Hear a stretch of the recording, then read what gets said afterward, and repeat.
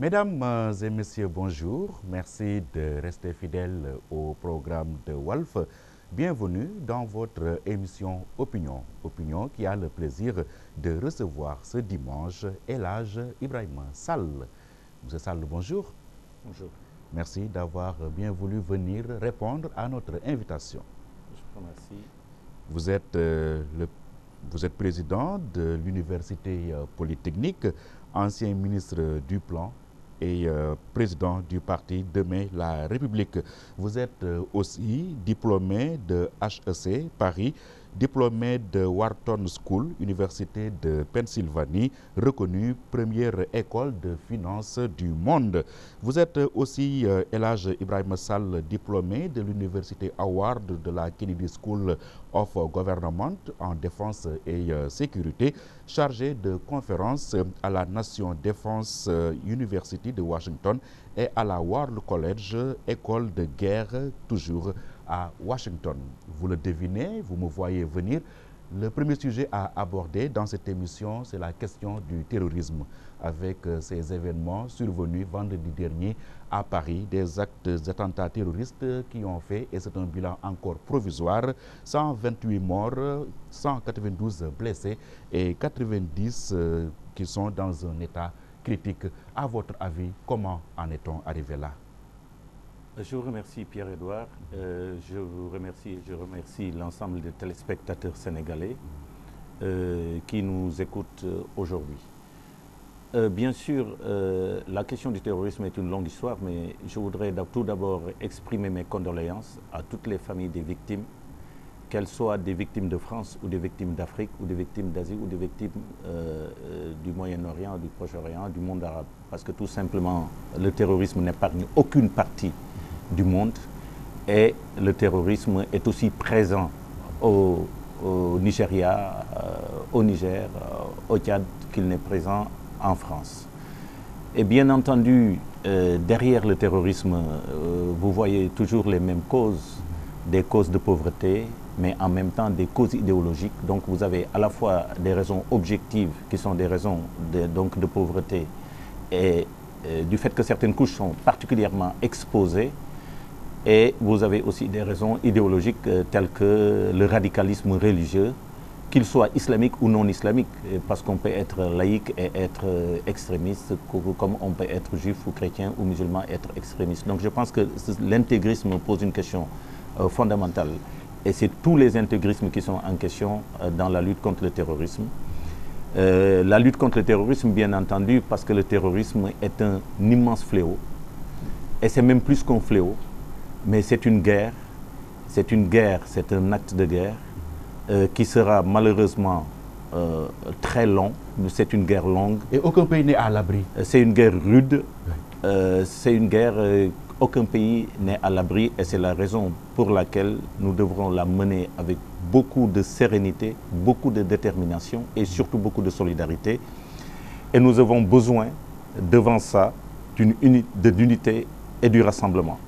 Et c'est pourquoi je voudrais profiter de l'émission pour dire très solennellement et très clairement que je vais soutenir toutes les initiatives du président de la République, mais du Sénégal, à chaque fois qu'il s'agira de mieux protéger nos vies, de mieux protéger notre sécurité, de mieux protéger notre avenir et de mieux protéger nos valeurs. Puisque le terrorisme s'attaque non seulement à nos vies, mais il s'attaque aussi à ce que nous sommes, à nos croyances et à nos valeurs. Et c'est en cela que nous avons besoin d'unité et de rassemblement pour le combattre. Oui. Mais peut-on combattre justement un ennemi pratiquement invisible et qui est prêt à tout, quitte à se donner même la mort? Mais justement, on peut le combattre, on doit le combattre et les manières pour le combattre existent. Aujourd'hui, on se fait aucun doute mais sur le terrorisme. Il est à la fois intérieur et extérieur et c'est pourquoi nous avons besoin de renforcer notre sécurité intérieure mais en même temps renforcer notre sécurité extérieure puisque nous avons besoin de coopération internationale. On a vu que le terrorisme était un phénomène mondial global et l'État islamique, Boko Haram, ils ont leurs ramifications partout. La raison pour laquelle nous avons besoin justement d'anticiper et d'être à la hauteur des menaces. Alors, la question que vous posez renvoie à la question de la prévention. Comment on peut anticiper sur le terrorisme? il faut anticiper sur le terrorisme en partant de l'idée simple que ce sont les populations qui doivent lutter contre le terrorisme. Et que le dernier maillon, mais c'est les forces de sécurité. C'est ce qu'on voit lorsque l'acte est déclenché. Mais l'idée essentielle, c'est que ce sont les populations qui doivent être mobilisées pour mener contre la sécurité. Comment? Par une surveillance conjointe des voisinages, c'est extrêmement important. Par une police de sécurité de voisinage qu'il faut bâtir, rendre professionnelle et impliquer toutes les collectivités locales, par exemple au Sénégal, jusqu'au délégué de quartier dans la lutte contre le terrorisme. Aujourd'hui, par exemple, nous avons une immigration criminelle et vous avez des immigrés qui rentrent, qui sortent et qui sont dans des réseaux de criminalité, à la fois terroristes, à la fois de blanchiment d'argent, donc mais criminels de façon résumée. Et aujourd'hui, nous n'avons pas un système qui nous permet de détecter la première entrée dans le village, dans le quartier, dans la ville. Et il faudrait que nous soyons beaucoup mieux organisés, parce que moins nous sommes organisés, plus le terrorisme vaincra. C'est aussi tous les enfants qui sont dans la rue et qui peuvent malheureusement être porteurs de ceintures d'explosifs. Donc c'est la lutte contre la mendicité, c'est la lutte contre les enfants dans la rue, mais c'est aussi la lutte dans les sectes. Parce qu'aujourd'hui, nous avons des enfants qui sont enlevés, séquestrés dans des sectes sans que nous réagirons. Nous avons besoin d'avoir des informations sur comment fonctionnent ces sectes-là, mais nous avons besoin de les infiltrer, nous avons besoin de protéger les enfants. Justement, on a entendu un des témoins des attentats de Paris dire avoir identifié un kamikaze âgé d'environ 15 ans. Ce rajeunissement du terrorisme est-il inquiétant? Oui, aujourd'hui, mais quand vous allez chez Boko Haram, ce n'est pas 15 ans, c'est 12 ans, c'est 10 ans. Les filles qui ont été enlevées et séquestrées ont été utilisées pour porter des ceintures d'explosifs. Donc il faut partir du fait qu'aujourd'hui, tout enfant qui n'est pas sous la protection d'un adulte, d'une famille ou de l'État, ou en tout cas d'une école contrôlée par l'État, est potentiellement dangereux. Et vous voyez comment nous sommes exposés aujourd'hui au terrorisme et comment cette question doit être prise au sérieux au plus haut niveau de l'État. Et c'est pourquoi j'invite le président de la République à avoir un débat de fond avec non seulement les collectivités locales, mais toutes les familles, mais en plus des familles, avec les éducateurs, mais enfin aussi avec l'islam confrérique. Puisque nous avons aujourd'hui, et d'ailleurs, et c'est toutes les confréries, mais qu'elles soient des confréries d'obédience islamique ou non islamique chrétienne ou protestante, nous avons besoin aujourd'hui de voir la contribution de toutes les religions et de toutes les organisations religieuses à la lutte contre le radicalisme, contre le terrorisme, contre l'insécurité. Et nous devons avoir une plateforme qui, enfin, va ressortir toutes ces confréries de la clandestinité pour les mettre au cœur de la République, parce que je fais partie de ceux qui pensent que la laïcité que nous avons au Sénégal doit être une laïcité positive, intégrative, intégrant toutes les formes de religion, de confrérie, pour que, sous la lumière, que nous discutons de façon transparente pour voir qu'est-ce qu'ils peuvent apporter. Et je trouve qu'ils ont des choses extraordinaires à apporter. Parce qu'aujourd'hui, nous avons des plans de développement, mais nous n'avons pas de projet de société. Un projet de société définit la limite entre l'interdit et le permis. Nous avons besoin de définir les modèles de réussite qui sont acceptés dans notre société. Nous avons besoin de définir les modèles d'éducation, les modèles de famille. Et dans tout cela, ce sera avec la contribution des religieux et des milieux qui sont aujourd'hui engagés, mais dans l'éducation religieuse. Donc moi, je suis pour que la République fasse une grande place à toutes ces confréries, à toutes ces religions, pour qu'ensemble nous discutions pour mieux protéger notre société, mieux protéger nos valeurs, mieux protéger notre avenir, bien sûr dans le cadre d'une société et d'une nation faite de tolérance, de respect, oui, comme d'ailleurs l'islam le demande. Oui, l'une des particularités de ces événements de Paris est que les présumés terroristes ont agi à visage découvert, sans cagoule, sans burqa, dans un contexte où, sous nos tropiques, il est question d'interdire le voile intégral. Pensez-vous que le débat de fond se situe là? Alors, il y a deux choses. Vous me dites, on a vu des terroristes hier soir agir sans se couvrir. Est-ce une raison pour ne pas interdire la burqa? Et ma réponse est claire, nette et simple. La réponse est non. Il faut interdire la burqa. Pour une raison très simple. On ne peut pas accepter que dans notre société, que nous vivions avec des gens qui soient ou cagoulés, ou masqués, ou qui mettent une burqa. Je donne un exemple très simple. Moi, je suis enseignant. Vous imaginez que des gens viennent à l'examen sans qu'on puisse les identifier. Et qu'ils mettent la burqa de leur sœur qui vient passer l'examen ou de leur frère et après ils sortiront l'épreuve d'après mais pour s'échanger. Donc nous avons besoin d'identifier dans une société civilisée, dans une société faite de politesse et de respect et nous avons besoin de nous identifier entre nous. Oui, mais se couvrir intégralement le visage, mais c'est inacceptable. Oui, interdire la burqa et tolérer l'homosexualité, là, est-ce qu'il n'y a pas deux poids, deux mesures là? Non, mais attendez, c'est deux aspects qui sont très différents. Si le problème est un problème de sécurité, c'est très simple. La sécurité exige que nous interdisons la burqa. Deux homosexuels ne causent aucun problème mais de sécurité. Même s'ils posent d'autres problèmes, peut-être jugés même par certains plus importants, sur, par exemple, les questions de civilisation et des questions de reproduction mais de la société. Effectivement, on peut considérer que l'homosexualité menace la reproduction de la société. Et c'est pourquoi moi, en plus de mes convictions de musulman, mais je suis foncièrement contre l'homosexualité, ma position est claire nette. Donc, je ne suis pas pour la légalisation de l'homosexualité. Et sur ces questions de débat de civilisation, il faut que nous ayons des positions extrêmement claires qui permettent que le combat, par exemple, contre le terrorisme ne soit pas vu comme un combat contre l'islam. Mais si nous sommes déjà ambigus sur ces questions, effectivement, c'est ce type d'amalgame qui est implicite dans votre question auquel nous risquons d'assister. Oui, il faut interdire la burqa. Non, il ne faut pas interdire le voile, puisque chaque personne a le droit de se mettre un foulard, le foulard qu'il veut, pour des raisons esthétiques, pour des raisons religieuses, ou parce qu'on a des poux sur la tête.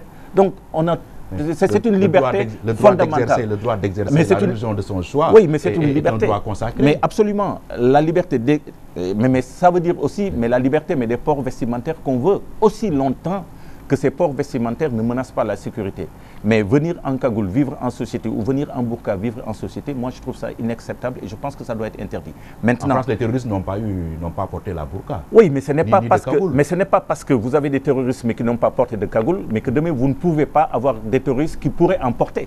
Donc c'est une condition nécessaire mais pas suffisante. Il faut interdire la burqa, mais il faut interdire plus que la burqa. Il faut interdire aujourd'hui tous les enfants qui traînent dans la rue, mais qui peuvent porter des explosifs sans avoir besoin de burqa pour faire du terrorisme. Il faut lutter contre l'intégrisme religieux ou laïque, qui peut aujourd'hui amener d'autres à poser de monde, parce que je rappelle que le terrorisme n'est pas né avec les religions ni avec les religieux. Le premier terroriste, mais c'est un Anglais, mais qui s'appelait Guy Fawkes, et il voulait tout simplement brûler l'Assemblée nationale à Londres. Donc vous voyez bien que cette histoire de terrorisme, elle a pris des visages d'extrémisme religieux, mais à l'origine ce n'était pas ça.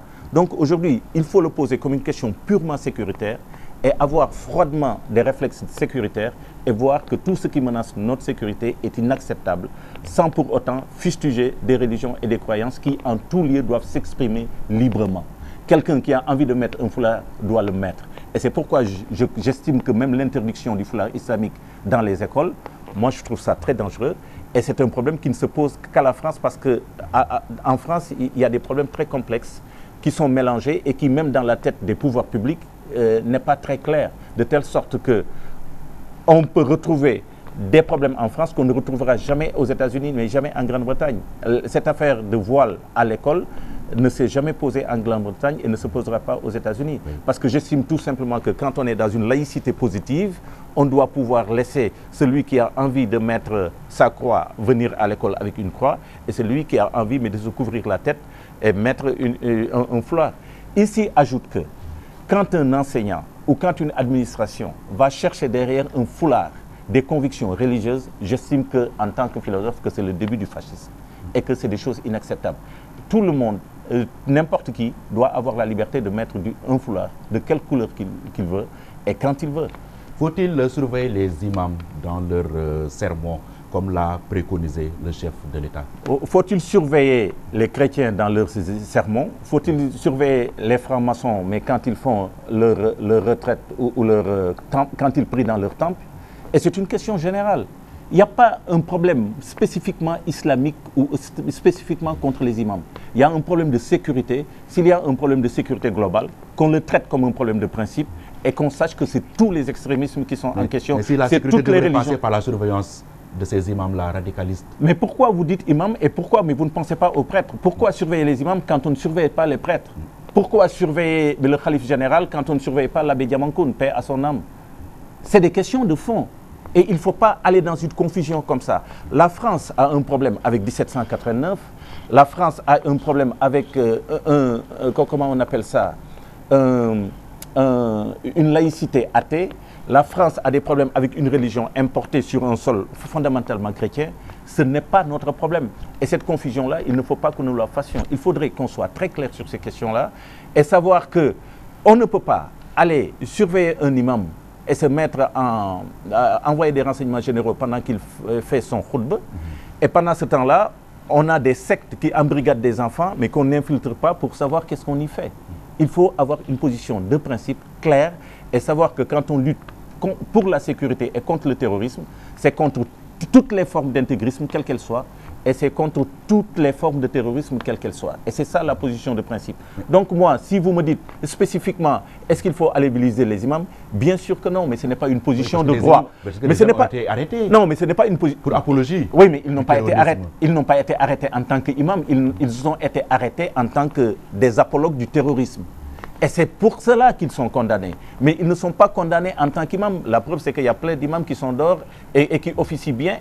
Et les premiers ennemis d'ailleurs de l'islam, mais c'est ces imams-là qui sont dans l'extrémisme religieux.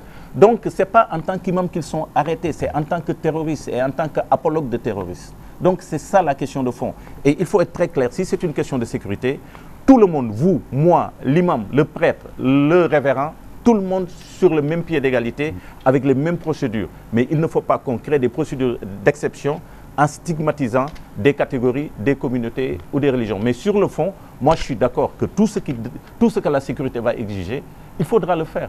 S'il faut surveiller des groupes, des groupuscules, il faut le faire. S'il faut les infiltrer, d'ailleurs c'est même pas s'il faut, il faut le faire systématiquement.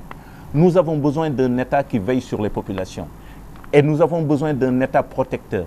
Et cet État-là doit d'abord renforcer le dispositif de renseignement, de surveillance et de reconnaissance. Ce pays-là doit avoir un plan de rattrapage et de mise à niveau de ses réseaux de renseignement parce que nous sommes très faibles et nous ne sommes pas à la hauteur des menaces. Voilà la question et sur cette question-là, il faut le faire. Mais il faut le faire sans stigmatisation, sans abus, sans discrimination parce que la loi doit être impersonnelle et abstraite. Et c'est d'ailleurs la raison pour laquelle je suis contre la CREI, et ça c'est une autre question. Oui. Et est-ce le temps maintenant vraiment de sortir nos religions de la clandestinité? Parce que là, on a l'impression que l'État a du mal à assumer le rôle des religions dans le fonctionnement. Mais tout à fait. Moi, je suis tout à fait d'accord avec vous. Il y a une question essentielle dans ce pays. Nous ne pouvons pas être un pays à majorité religieuse, à 95%. Avoir des institutions religieuses et des organisations religieuses qui fonctionnent tous les jours, que tout le monde sait influent dans la République et qui ne participent pas sous la lumière et dans la transparence à la vie de la République. Il est temps que nous ayons un grand ministère des cultes. Il est temps que toutes les organisations religieuses participent, réfléchissent sur le modèle de famille, le modèle de coexistence, et que c'est cela le rempart au terrorisme. Aujourd'hui, nous devons les mettre à profit pour lutter contre le terrorisme, préserver nos vies, préserver nos valeurs et préserver notre avenir. Et pour moi, ça me paraît essentiel. Donc, je suis pour que nous ayons un ministère du culte. On l'a eu, ce WAD. On l'a eu. Oui, ministre chargé des affaires religieuses. Voilà, il faut le ressusciter, lui donner une plus forte dimension et surtout, encore une fois, ne pas le nommer, pour le faire exister pour la forme. Un ministère, il existe parce qu'il y a des actions, il y a des activités, il y a des missions derrière.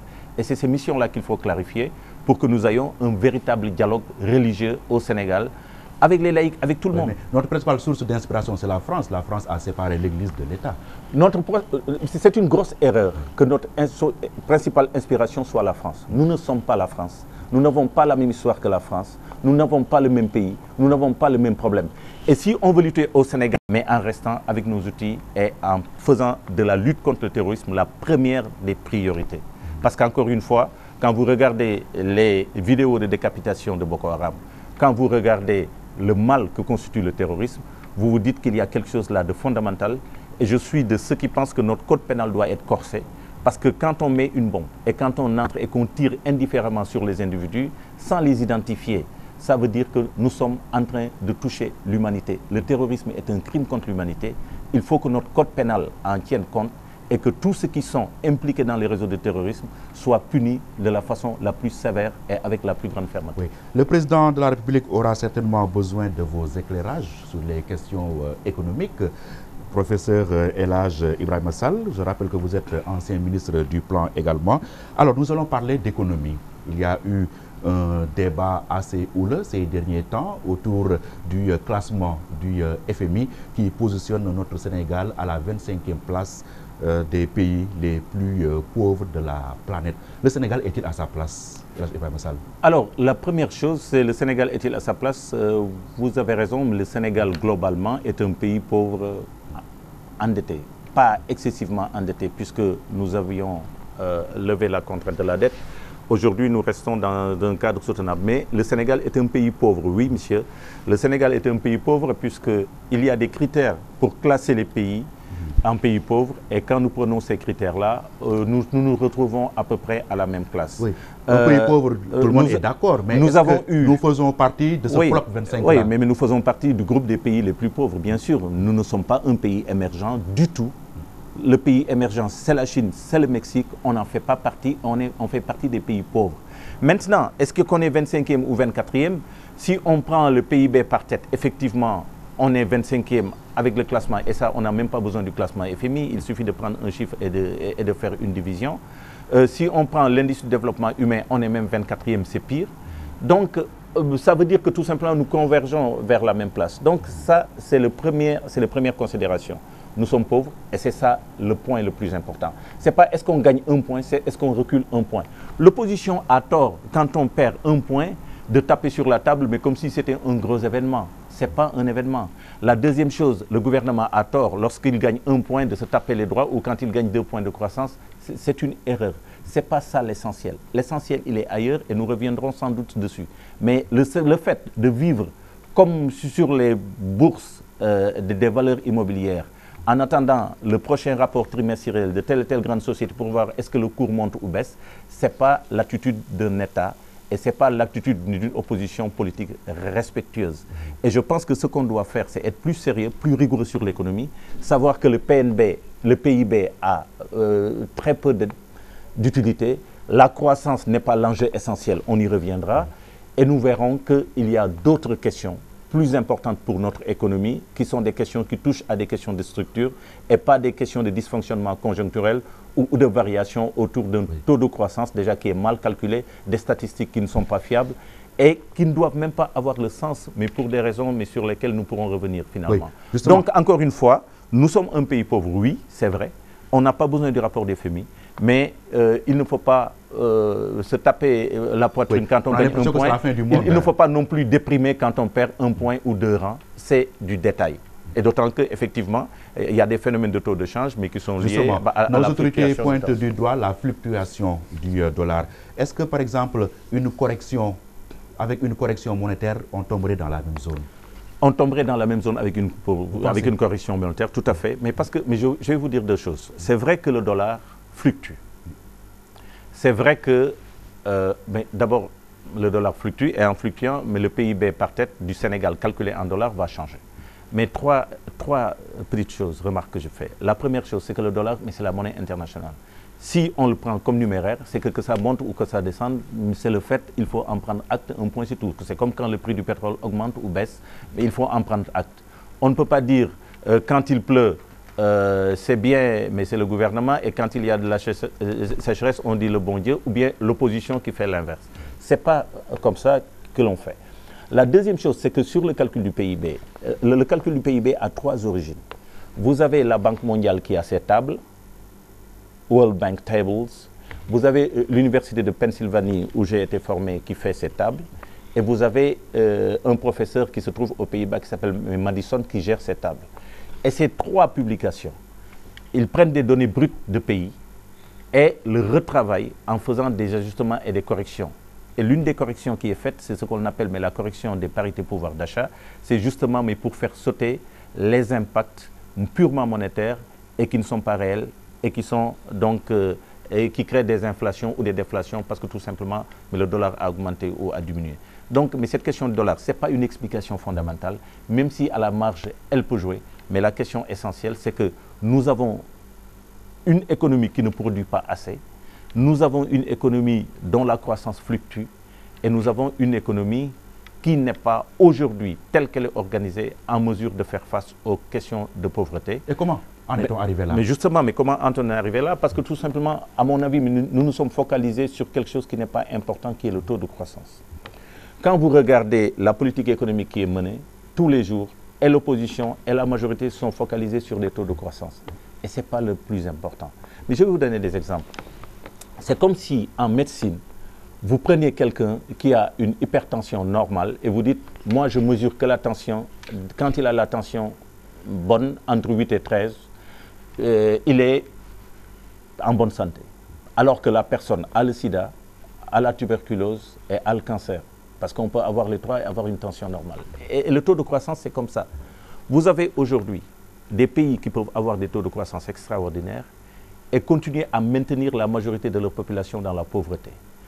Je vous donne l'exemple de la Guinée équatoriale. La Guinée équatoriale, dès les années 60, a commencé à avoir des taux de croissance de 7%. Ensuite, dans les années 90, 8,5%. Et ensuite, elle a découvert du pétrole et entre 1996 et 2000, elle a fait un taux de croissance de 38% avec un pic en 1997 de 95% de taux de croissance. Ce n'est pas 1, ce n'est pas 2, c'est 95%.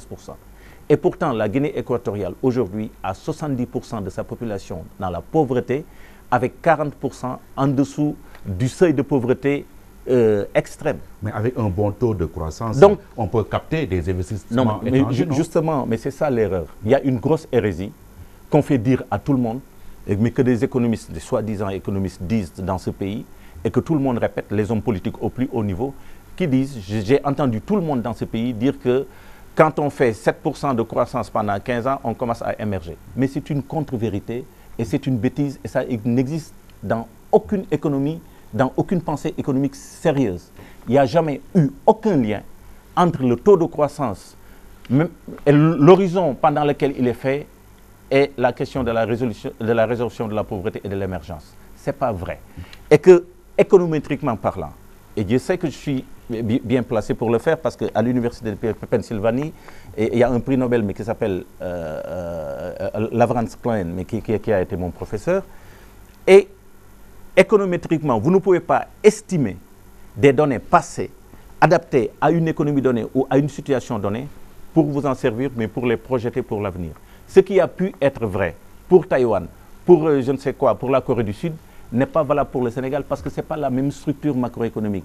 Donc vous ne pouvez pas dégager des règles comme ça d'un pays, d'une structure macroéconomique à une autre en la transportant. Donc les gens qui disent que quand on a 7% sur 5 ans, sur 10 ans, on émerge, ce n'est pas vrai. Oui. Et je voudrais le dire, oui. Et je voudrais le dire, et on est même allé jusqu'à trouver des relations économétriques, mais des relations de rapport en disant un point de croissance réduit la pauvreté de 0,1 à 0,25%. Ce n'est pas de l'économie.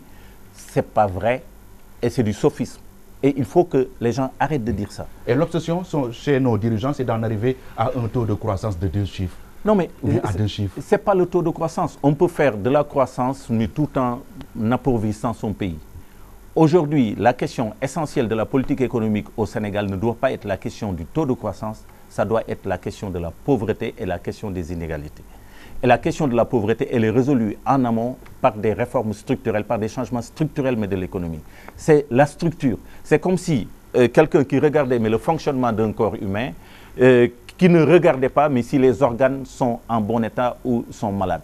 Il faut partir des organes, il faut partir de la structure et après, ce qui vient de la conjoncture va être considéré comme la vie à court terme de la structure. Aujourd'hui, on se braque sur des taux de croissance alors que ce n'est pas l'enjeu.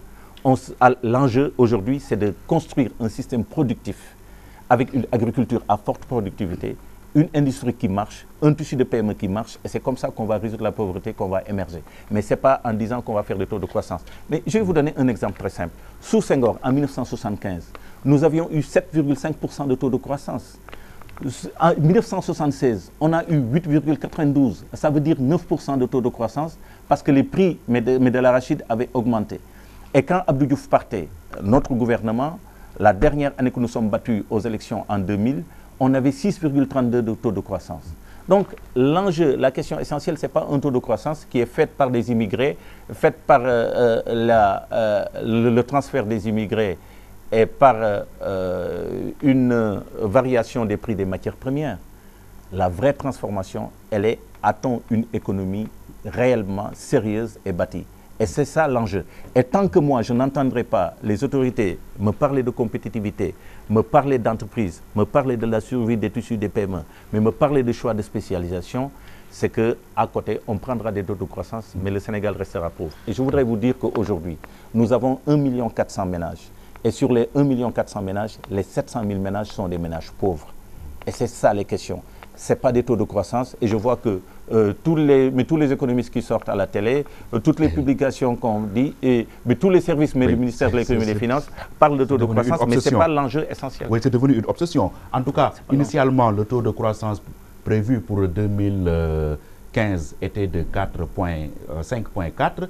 Le président a dû revoir à la hausse même ce taux de croissance. Il annonce un taux de croissance de 6%. Parce qu'il disait qu'il n'avait pas intégré la campagne agricole pour 2015. 6%, est-ce raisonnable à votre avis? Bon, d'abord, la première chose, c'est que les révisions de taux de croissance, ça ne se fait pas par le président de la République, ça ne se fait pas par le ministre de l'économie et des finances, ça se fait par des agents assermentés qu'on appelle l'Agence nationale des statistiques. C'est l'ANSD qui fait des révisions de prévision. Et les révisions de prévision, il y a des conditions dans lesquelles on les fait. Ce n'est pas comme ça, parce qu'on a constaté que cette année, on a beaucoup plu, on rajoute 1,5%. Ce n'est pas la méthode, ce n'est pas comme ça que ça se fait. Oui. Et même pour les taux de croissance constatés, je vais vous dire une chose très simple.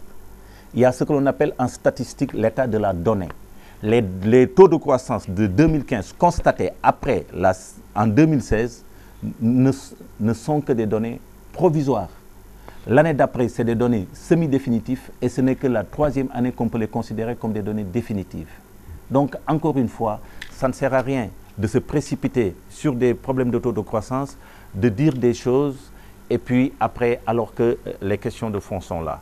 Nous avons besoin d'un très bon appareil statistique. Aujourd'hui, nous avons l'ANSD, nous avons des statisticiens qui sont compétents, mais qui n'ont pas les moyens. Et la première chose à faire dans notre pays, c'est le renforcement de notre appareil statistique pour avoir des statistiques fiables, mais pour pouvoir parler de croissance et pour pouvoir faire les interprétations avec toutes les précautions justement que j'ai avancées pour dire qu'on ne jouait pas avec les taux de croissance en disant on a fait 14, on se bande les muscles d'hier et l'opposition va dire non, vous avez fait moins que ça et qu'on déprime pour ça. L'enjeu n'est pas dans les taux de croissance. L'enjeu de la politique économique n'est pas dans la croissance. Elle est dans plusieurs choses. C'est comme la santé, c'est multidimensionnel. Vous ne pouvez pas regarder un niveau de haute tension, et vous dire que la tension est normale, la personne n'a pas de maladie. Mais à la lumière de ce qui suit, on a l'impression que le Sénégal, économiquement parlant, marche sur l'eau. Il y a eu d'abord la FAO qui a décerné un prix au chef de l'État parce que le Sénégal a réduit de moitié le nombre de faim de personnes souffrant de faim ici au Sénégal. Le dernier rapport de Doing Business classe notre pays parmi les 10 meilleurs réformateurs au monde. Qui dit mieux? Oui, mais écoutez, mais c'est très simple. Moi, je suis un économiste sérieux, je suis rigoureux. Quand vous me dites sérieux? Oui, mais quand vous me dites la FAO a récompensé le président parce que le Sénégal a réduit de 50% mais le nombre de ménages qui ont faim, moi je vous dis où se trouve la série des enquêtes des ménages qui ont fait. À ma connaissance, mais ça ne s'est jamais passé. Il n'y a pas une structure comme ça qui enquête régulièrement, mais sur le nombre de ménages au Sénégal qui ont faim. Donc c'est la première question que je me pose. Et donc la deuxième chose, c'est que réduire le nombre de ménages qui ont faim, mais c'est une action à long terme. Le président de la République vient d'être au pouvoir uniquement pour 3 ans. Il vient de s'asseoir. Donc, c'est des effets de long terme. Donc, mais s'il y avait à féliciter, peut-être que... Mais c'est toute la continuité de la République, mais qu'il faut féliciter. Pour remonter jusqu'à mais déjà, oui, mais ce que je vous dis, c'est que moi, quand je vois ce type de choses, comme je suis un économiste, excusez-moi, je ne suis pas un journaliste, donc je ne me rue pas vers une information pour faire la une. J'essaie de comprendre sérieusement ce qui se passe. C'est la même chose sur le Doing Business. Le Doing Business prend certains critères, et quand vous lisez les critères, vous verrez que c'est des critères parmi tant d'autres. Et ce ne sont que des critères d'effort. Ce ne sont pas des critères de résultat. C'est comme quelqu'un qui vous dit tous les jours, je fais 200 km parce que je m'entraîne aux 100 mètres aux Jeux Olympiques et que chaque fois, il ne gagne pas une seule médaille. Donc, quand on me présente... C'est l'effort qui mène au résultat. Non, mais quand on me présente des indicateurs d'effort, moi, je mets en face des indicateurs de résultat. Et je me dis, est-ce que ce n'est pas du gaspillage? Et c'est l'effort qui mène au résultat. Et le résultat, c'est dans l'investissement direct étranger. Il faut voir comment les investisseurs viennent au Sénégal. Est-ce qu'ils investissent? Est-ce qu'il y a des entreprises qui sont créées parce qu'il y a ces efforts-là? Et de ce point de vue-là, nous avons une contrainte majeure qui est l'énergie. Et tant que nous vendrons notre énergie 2 fois plus cher que la Côte d'Ivoire, on ne s'en sortira pas et notre pays ne sera pas compétitif. Donc prenez les critères que vous voulez, mettez le doing business. C'est bon pour faire de la une, mais ce n'est pas bon pour faire une analyse rigoureuse d'économistes respectés et respectables. Oui, doing business qui récompense les pays, les meilleurs réformateurs. Alors, à votre avis, le gouvernement du Sénégal a-t-il un agenda des réformes? Oui, mais d'abord, mais sur la question des réformes, il faut bien voir de quoi on parle. Le doing business, quand il parle de réformes, il parle par exemple du temps qu'on met à faire un transfert de propriété. Ça veut dire, si moi je veux vendre ma maison, combien de jours je mets? Est-ce qu'on fait là que 10 jours devant le service des domaines, après chez le notaire, ou bien ça se fait en 48 heures? C'est vrai que ces délais ont été réduits. Il vous faut 24 heures pour mettre sur pied une entreprise. Justement, il faut voir si les délais n'ont été réduits que formellement et sur le papier, mais que quand vous êtes devant des fonctionnaires, ils vous demandent de l'argent, sinon votre dossier ne passe pas. Et c'est arrivé sur le transfert de propriété. Vous pouvez avoir au Sénégal une règle qui dit en 48 heures, et quand vous allez demander un certificat d'urbanisme, qu'on vous fasse traîner 1 an. Ça existe et je l'ai vu. Mais c'est des exemples sur lesquels j'ai... Donc il y a d'une part ce qu'on annonce et ce qu'on fait réellement, et deuxièmement surtout, c'est que les paramètres mais qui intéressent le doing business ne sont pas nécessairement les paramètres qui doivent intéresser notre pays. Et en matière de réforme, je vous dis que les réformes dont le Sénégal a besoin n'ont rien à voir avec les réformes de l'APIX et ils n'ont rien à voir avec les réformes de la Banque mondiale et du FMI. Nous avons besoin de changer. Quelles sont les réformes qui s'imposent? Les réformes qui s'imposent, mais c'est des réformes qui touchent à nos comportements et à nos conduites. Ça veut dire quoi? Ça veut dire que tant qu'on ne touche pas dans les organisations, ce que l'on appelle les structures, vous ne les réformez pas. Et tant que vous ne touchez pas ce qu'on appelle les systèmes d'incitation, c'est-à-dire la façon de récompenser et de sanctionner, nous ne sommes pas dans les réformes. Le jour que dans ce pays, on encouragera et on payera mieux à l'intéressement les fonctionnaires les plus performants, ce jour-là, je vous dirais, on est là en face d'une véritable réforme. Mais quand on me demande, est-ce que les enseignants sont alignés sur le même indice, mais que les gens du domaine, c'est un problème purement corporatiste qui n'a absolument rien d'une réforme qui va faire avancer le pays. Quand on me dit, en revanche, il y a des transformations extrêmement importantes qui vont faire que tout l'argent et les ressources de la nation doivent être canalisées vers l'école, là, c'est une réforme essentielle parce que l'école, c'est notre avenir et notre responsabilité. Donc, il faut bien voir ce qu'on dit. Donc, pour moi, le plus important, c'est que le Sénégal doit faire l'inventaire de ses réformes. Et l'inventaire de ces réformes, ce n'est pas 6 réformes macro, une douzaine. Moi, personnellement, dans ma humble posture, j'ai essayé d'inventorier le nombre de réformes. C'est à peu près 150 réformes. Donc vous voyez bien que nous ne parlons pas de la même chose. Quand il y a 3 réformes et que le doing business place le Sénégal dans les 10 réformes les plus performantes, moi je dis qu'encore une fois, c'est comme le taux de croissance. On ne déprime pas parce qu'on a perdu 2 places et on ne se bande pas les muscles parce qu'on est classé comme meilleur réformateur. Il faut voir en fin de journée combien d'investissements rentrent au Sénégal. Est-ce que le tourisme est en train de se redresser? Est-ce que les entreprises qui ont été formées sont en train de naître? Est-ce que toujours 64% des PME-PMI sénégalaises qui sont créées ne durent pas plus de 2 ans? C'est ça des questions essentielles. Et ça demande une action vigoureuse, mais une action d'abord lucide. Et il ne faut pas avoir les yeux arc-boutés sur des paramètres comme ça qui sont très bons pour faire la une, mais qui ne sont pas bons pour développer notre économie et sortir nos populations de la pauvreté. Vous êtes économiste, le chef de l'État dit « Je suis prêt à des retrouvailles, mais autour du PSE ». Vous répondez présent? Oui, mais les retrouvailles avec qui d'abord? Est-ce que c'est des retrouvailles avec les économistes? Est-ce que c'est des retrouvailles avec les chefs de parti? Est-ce que c'est des retrouvailles avec les citoyens? Donc déjà, moi, je pense que l'invitation doit être un peu, la carte d'invitation doit être un peu plus précise. Bon, ceci étant, vous posez une autre question, qui est la question, est-ce que le PSE peut constituer une sorte de fil d'Ariane. De plateforme, oui. de fil d'Ariane pour un regroupement de la classe politique. Bon, ce que je voudrais dire, c'est que tout simplement, une vérité, c'est que pour un État donné d'une économie, il y a une infinité de plans possibles. Pour un État donné d'une économie, à un moment donné, il y a une infinité de politiques économiques possibles. Il n'y a pas qu'une seule politique économique. Il n'y a pas qu'un seul plan Sénégal émergent. Il y a 1000 plans. C'est une façon tout simplement de prévoir l'avenir. Et moi, j'aurais pu, pour l'avenir, dire les projets qui sont par exemple mis sur la santé, comme le Dakar Medical Center, ou bien le upgrading mais de l'hôpital, comment ça s'appelle, hôpital de Dantec, en hôpital de rang 4. 400 milliards. J'aurais dû dire, moi ces 400 milliards-là, oui. ce n'est pas ma priorité. Je vais mettre d'autres priorités dans l'école, parce que les ressources, il faut qu'elles soient utilisées là où elles sont le plus efficacement exploitées. Et aujourd'hui, la question peut se poser, est-ce que 400 milliards pour faire une autoroute, c'est bon? Ou bien est-ce qu'il y a d'autres priorités qui sortiront? À votre avis? La question peut se poser, est-ce qu'on prend 400 milliards, on le met à l'hôpital Dantec, sans pour autant avoir préparé les réformes de structure?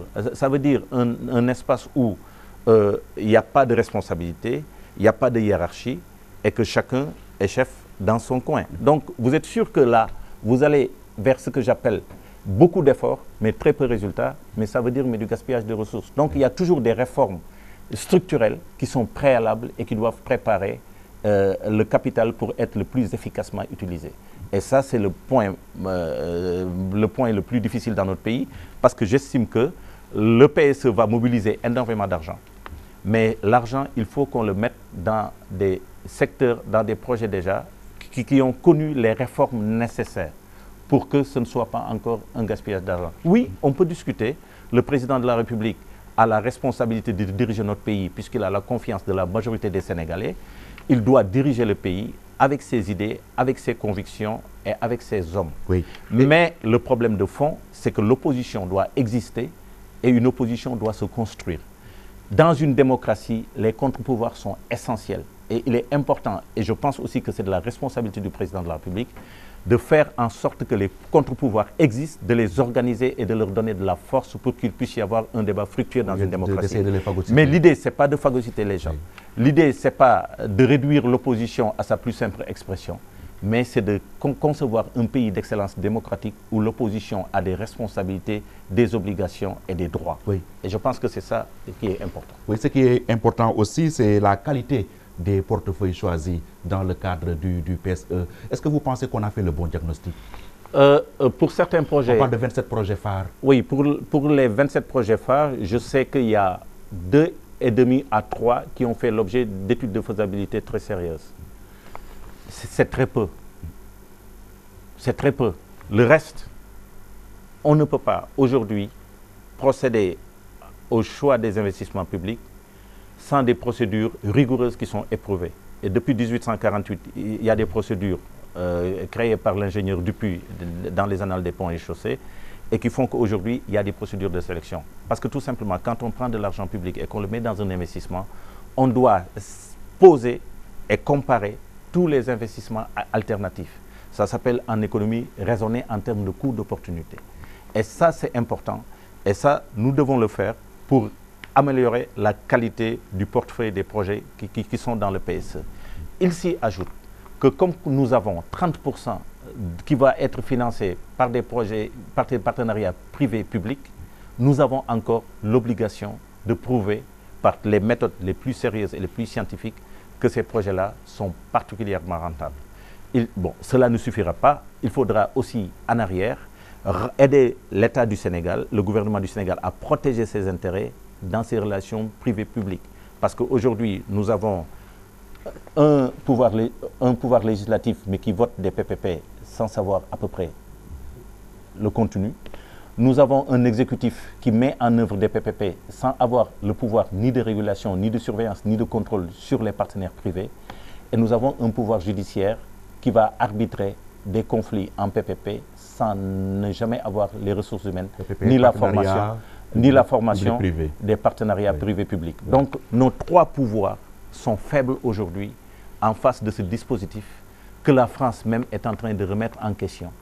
il y a eu 8 rapports ou 12 directives de l'Union européenne concernant ces questions-là, pour voir que c'est des questions très complexes. Et nous sommes en train de nous engager dans cette brèche, sans pour autant fortifier nos ressources, fortifier nos appareils et les différents pouvoirs exécutifs, législatifs et judiciaires pour pouvoir justement accompagner l'économie. Donc vous voyez qu'il y a des pans de discussion extrêmement intéressantes que le président de la République peut ouvrir avec les partis politiques, avec les économistes de ce pays, mais il faudrait qu'on sache que ce pays va avancer dans la diversité, dans la différence et dans la démocratie. Ça veut dire que l'opposition s'oppose et que la majorité gouverne. Voilà. El Hadj Ibrahima Sall, vous êtes le président du parti politique Demain la République. Donc c'est votre casquette d'homme politique qui va nous intéresser avec la crise à l'Assemblée nationale. Est-ce une crise qui vous laisse indifférent ou bien vous vous dites se taire serait coupable? Deux choses. D'abord, sur les protagonistes, je ne parlerai jamais de personne parce que tout simplement ça ne m'intéresse pas et ça n'intéresse pas les Sénégalais. Parler de Jean, de Jacques, de Georges, c'est vraiment pas, ça ne m'intéresse pas et je sais que ça n'intéresse pas les Sénégalais. En revanche, la façon dont on a traité une institution aussi prestigieuse, aussi importante, m'intéresse et me choque. C'est quoi? C'est de la profanation même, à la limite? Mais c'est une profanation absolument de ce qui est sacré, qui s'appelle la République, et son institution majeure, parce que de tous les trois pouvoirs, c'est le pouvoir le plus intéressant, le plus important, parce que c'est elle qui vote les lois et qui va donner l'ordre au judiciaire de sanctionner. L'exécutif n'est qu'un bras armé. Alors, ce qu'il faut dire dans cette histoire-là, c'est que si l'Assemblée nationale a marché de cette façon-là, c'est à cause des partis politiques. Parce qu'on siège à l'Assemblée en tant que parti politique. Et les partis politiques dans notre pays ne sont pas mis aux normes. Vous n'entendrez jamais la justice condamner un parti politique ou l'interpeller ou faire des enquêtes auprès de l'enrichissement d'un parti politique. Pourquoi, bon sang, on ferait des enquêtes mais sur l'enrichissement des individus, des fonctionnaires, on ne le ferait pas sur les partis politiques? Pourquoi on verrait des partis politiques acheter des consciences, dépasser de l'argent et qu'il n'y ait absolument rien, mais pour traquer la criminalité financière dont les partis politiques sont les porteurs, sont les véhicules? Alors, la question, sont les vecteurs plutôt, mais pour parler français et pas anglais. Alors, à partir de ce moment-là, la question de fond, mais c'est les partis politiques. Et moi, je profite de l'occasion pour dire que c'est la preuve la plus patente que le président de la République ne doit pas être un chef de parti politique. Puisqu'aujourd'hui, il est dans une situation un peu difficile parce que nous avons une assemblée qui est en train d'être désorganisée par le jeu des partis politiques et il aurait pu se donner la latitude d'intervenir et de mettre de l'ordre. Mais comme il est responsable d'un parti politique, c'est absolument difficile. On a vu convoquer les députés de sa majorité au palais, oui, mais éventuellement des conseils de vote. Mais je l'ai écouté dans la radio. En tout cas, si c'est vrai, ça ne doit jamais être le cas. Donc aujourd'hui, la meilleure manière pour conforter le pouvoir du président de la République et le rôle de clé de voûte des institutions qu'il doit jouer, pour moi, exige que le président de la République n'ait pas de parti politique. La fonction présidentielle est trop noble et demande beaucoup de hauteur et beaucoup de noblesse pour qu'on s'accommode de partis politiques qui, après, rentrent dans des jeux qui sont complètement déplorables, mais pour la République. Donc moi, je suis pour qu'on mette beaucoup plus d'ordre dans les partis politiques, beaucoup plus de règles dans le fonctionnement des partis et que les partis arrêtent de tenir en otage notre pays. Parce que nous vivons dans un pays où il y a 14 millions de Sénégalais et les militants de partis politiques ne font même pas 1 million de Sénégalais et ces gens-là ont besoin d'être respectés. Et ces gens-là, leurs impôts financent les députés, financent l'Assemblée. Et je voudrais que les partis arrêtent de se comporter comme ils se sont comportés et parce qu'ils ont eu des comportements qui n'honorent ni la République, ni la démocratie, ni notre pays. Et iriez-vous jusqu'à demander la dissolution de l'Assemblée nationale? Oui, on ne dissout pas l'Assemblée pour ça.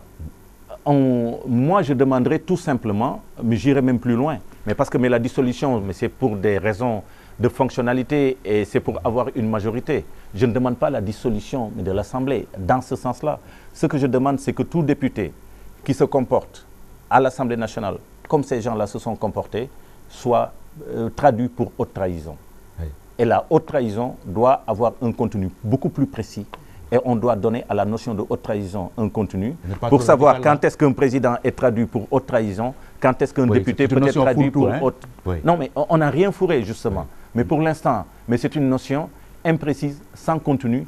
Et je suis de ceux qui pensent qu'il faut lui donner un contenu pour savoir quand est-ce que le président de la République peut être inculpé pour haute trahison et quand est-ce qu'un député peut le faire. Mais aller à l'Assemblée nationale, mais se donner des coups de poing, je pense que c'est de la haute trahison et il aurait dû être jugé et sanctionné en conséquence. Vous n'êtes pas là trop radical, là? Je ne suis pas trop radical, je suis pour le respect des institutions de la République et je suis pour le respect de la République. Respect des institutions et respect de la République. On est à peu près à moins de 2 ans de la présidentielle. Jusqu'à présent, on ne connaît pas la date des élections. Est-ce normal dans une république? Ce n'est pas normal dans une république, ce n'est pas normal dans une démocratie. Et ce n'est pas normal dans une compétition, tout simplement. Parce que quand on compétit, tous les compétiteurs doivent avoir le même stock d'informations et doivent avoir le même niveau d'information. C'est comme si le Brésil organisait la Coupe du Monde et qui dit « Je sais que j'organise la Coupe du Monde, mais je ne vous dirai pas la date » et de ne pas permettre à l'Allemagne, à la France et au Sénégal de se préparer pour la compétition. C'est une vérité élémentaire et je pense que ça, il faudrait peut-être à l'avenir ou dans les prochaines législatures, ou lors des prochaines campagnes, en tout cas législatives, mon parti, d'autres partis, se battront pour que le calendrier républicain soit quelque chose de clair, de transparent et de connu de tous les acteurs de la vie politique. Ça me paraît être... Et pour que le président ne soit pas le seul maître du jeu. Oui, nulle part. Qui que ce soit ne doit être le nul maître du jeu. La démocratie, c'est la transparence, mais c'est le respect du peuple et il faut commencer par ça. Et peut-être ça commencerait par le référendum, annoncé dans le courant de l'année 2016 sur la réduction du mandat présidentiel et éventuellement sur la réforme des institutions. Écoutez, moi, sur la question du référendum, je ne vais pas m'avancer très loin parce que ce n'est pas moi qui ai pris l'initiative du référendum et je n'en ai jamais parlé. Moi, ma position sur cette histoire, c'est que je suis au Sénégal pour un mandat unique de 7 ans. Oui. Maintenant, si le président de la République a fait des déclarations et qu'il veuille tenir sa parole, c'est à lui de savoir la façon la plus élégante et la plus noble mais de tenir sa parole. Ce n'est pas à moi de voir. Je sais que quand je serai consulté en bon citoyen, j'irai voter pour donner ma réponse à la question qui me sera posée par le référendum. Mais que le mandat dure 5 ans, 7 ans, je pense que c'est de la responsabilité du président de la République parce que c'est lui-même qui avait proposé une réduction du mandat de 7 à 5 ans. Elhadji Ibrahima Sall, candidat à la présidentielle, l'idée vous traverse l'esprit? L'idée ne me traverse l'esprit, ne me traverse pas l'esprit pour une raison très simple. C'est parce que premièrement, cette décision, elle ne dépend pas de moi, elle dépend de beaucoup d'acteurs qui tournent autour de moi. Mon parti, ma famille, mes amis. Mais la deuxième chose, c'est que je sais, comme toute chose, ce n'est pas impossible qu'il en soit ainsi. Donc, ce n'est pas impossible que ce puisse être. Donc, ça veut dire que c'est possible. Donc, ça veut dire que ce n'est pas exclu. En 2017? Je ne l'exclus pas absolument parce que tant qu'il y a de la vie, il y a de l'espoir. Et l'espoir, c'est l'espoir des Sénégalais et c'est leur avenir. C'est possible. Vous êtes porteur d'idées, porteur de projets pour la nation sénégalaise? Alors, moi, je suis porteur d'une idée très simple. Je suis porteur d'abord d'une idée de résistance. Je suis contre l'affaissement de mon pays. Et je suis porteur d'une idée positive qui est que je me bats pour que l'avenir dans mon pays soit ouvert à tous les Sénégalais et pas à certains. Et que la voix de mon pays soit entendue dans le monde et dans le concert des nations. C'est mon combat et je pense qu'il faut le mener en luttant contre toutes les formes d'archaïsme, contre toutes les formes d'assignation en résidence et que chaque Sénégalais qui naît puisse vivre dans un pays où il peut justement vivre la vie de son rêve et qu'on n'ait plus des talibés dans la rue et qu'on n'ait plus des jeunes qui ont envie de trouver du travail et qui n'ont même pas de stage et qu'on ait des jeunes qui ont des projets et sans savoir à qui parler. Je suis pour un Sénégal du progrès et dans la tolérance, dans le respect et dans la politesse. L'idée de réformer la CREI est de plus en plus agitée dans l'espace présidentiel. Vous dites quoi? Oui, réformer la CREI ou bien il faut laisser la CREI en l'état parce que demain, vous ne serez plus au pouvoir et vous risquez d'être suivi. D'abord, la première chose, c'est que quand une institution est mauvaise, il ne faut pas la maintenir. La CREI est une invention du président Abdou Diouf, mais c'est une très mauvaise invention. C'est une mauvaise création. C'est une justice d'exception. En tant que démocrate, je suis opposé. C'est une justice impersonnelle et discriminatoire. Et je suis de ceux qui pensent que le droit doit être impersonnel et anonyme. Et la justice doit être là pour tout le monde. Vous ne pouvez pas éviter 9 maisons, tomber sur la 10e et aller interroger mais la 10e maison en sautant les 9. Donc c'est une institution, à mon avis, qu'il faut supprimer, qu'il ne faut même pas réformer. Mais nous avons aujourd'hui après, mais avoir recondamné mais bien sûr, mais ça c'est une erreur. Oui. Mais parce que je pense qu'on ne peut pas condamner des gens avec une mauvaise institution judiciaire. La CREI, ma position est très claire et très nette, c'est une mauvaise institution et elle ne devait pas être mise en place, elle ne devait pas condamner. Je pense que Diouf l'avait enterré, le président Abdou Diouf l'avait enterré en n'en parlant plus, il ne fallait pas la ressusciter. Aujourd'hui, on l'a ressuscité, on a condamné certaines personnes avec une institution qui n'était pas une bonne institution. Et je ne suis pas pour qu'elle continue à exister, je suis pour sa suppression pure et simple. Nous avons dans les dispositions du code pénal tous les éléments qu'il faut pour punir les infractions qui sont visées. Nous avons tout simplement besoin d'une inspection plus sérieuse, plus indépendante, moins téléguidée par des politiques et surtout d'une justice indépendante. Tant que la justice ne sera pas indépendante du milieu politique, des milliers de l'argent, et tant que la justice ne sera pas interpellée sur ses propres manquements, responsable donc de ses actes, et que les juges pensent qu'ils ne peuvent pas être punis quand ils sont en marge de la loi, notre pays ne marchera pas. Si j'avais une seule décision à prendre dans ce pays-là, pour 5 ans, pour 7 ans, pour 10 ans, ce serait l'indépendance de la justice et le renforcement du pouvoir judiciaire pour que les magistrats soient indépendants des politiques, indépendants de l'argent et qu'eux-mêmes ils soient interpellés quand ils vont contre la loi. Voilà. Merci. El Hadj Ibrahima Sall, président de l'Université Polytechnique, ancien ministre du Plan sous Abdou Diouf et président du parti Demain la République. Cela a été un immense plaisir pour nous de vous avoir reçu sur ce plateau, avoir vos éclairages sur les questions de l'heure. Merci infiniment. Merci. Merci Pierre-Edouard et je remercie les téléspectateurs. Mesdames et messieurs, c'est la fin de cette émission. Rendez-vous dimanche prochain. Au revoir.